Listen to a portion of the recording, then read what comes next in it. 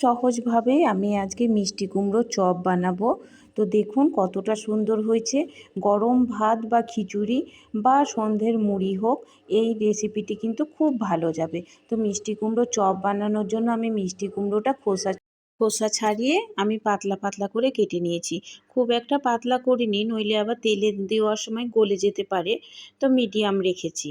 একটা বাটিতে নিয়েছি বেসন, আর নিয়েছি 1 চামচ মতো চালের গুঁড়ো ও একটুখানি দেব আমি কালো জিরে।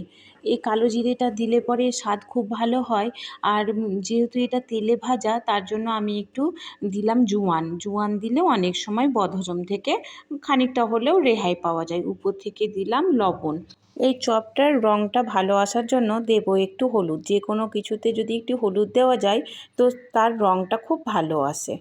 সব কটা শুকনো উপকরণ আমি চামচ দিয়ে কিন্তু ভালো মতো নেড়ে নিলাম। প্রথমেই জল দিলাম না, তারপরে নাড়ার পরে আমি হালকা একটু জল দিলাম। একবারেই পুরো জল দেবেন না, দেখুন আমি অল্প অল্প করে জল দিচ্ছি। আর চামচ দিয়ে ব্যাটারটা কিন্তু আমি তো খুব ভালো মতো কিন্তু এটা ফেটাতে হবে। ফেটিয়ে ফেটিয়ে একটা ব্যাটার, পাতলা ব্যাটার তৈরি করতে হবে। খুব একটা পাতলাও না, মিডিয়াম সাইজে, যেমনভাবে আপনারা বেগুনি বানান। তেলটা গরম হয়ে গেলে, আমার এখানে তেলটা খুব বেশি গরম করিনি, মিডিয়াম গরম করেছিলাম। তারপরে কিন্তু এক এক করে আমি সেই ব্যাটারে চুবিয়ে মিষ্টি কুমড়োগুলো দিয়ে দিলাম। আর এটা কিন্তু খুব তাড়াতাড়ি হয়ে যায়। আর একবার অবশ্যই বানিয়ে খাবেন, এতটা সুন্দর হয়। আর সন্ধেবেলা মুড়ির সঙ্গে একঘেয়েমি থেকে একটু হলেও আলাদা লাগবে।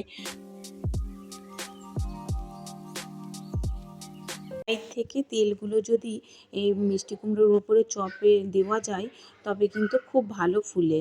তো দেখুন আমি সাইড থেকে, আমার নিচটা তো হয়ে গিয়েছে, সাইড থেকেও আমি গরম গরম তেলগুলো উপরে দিলাম। তো এইটা কিন্তু অনেকক্ষণ মুচমুচে থাকে। আপনারা একবার অবশ্যই বানিয়ে দেখবেন। তো আমার এখানে ভাজতে মোটামুটি 2-3 মিনিট সময় লেগেছে।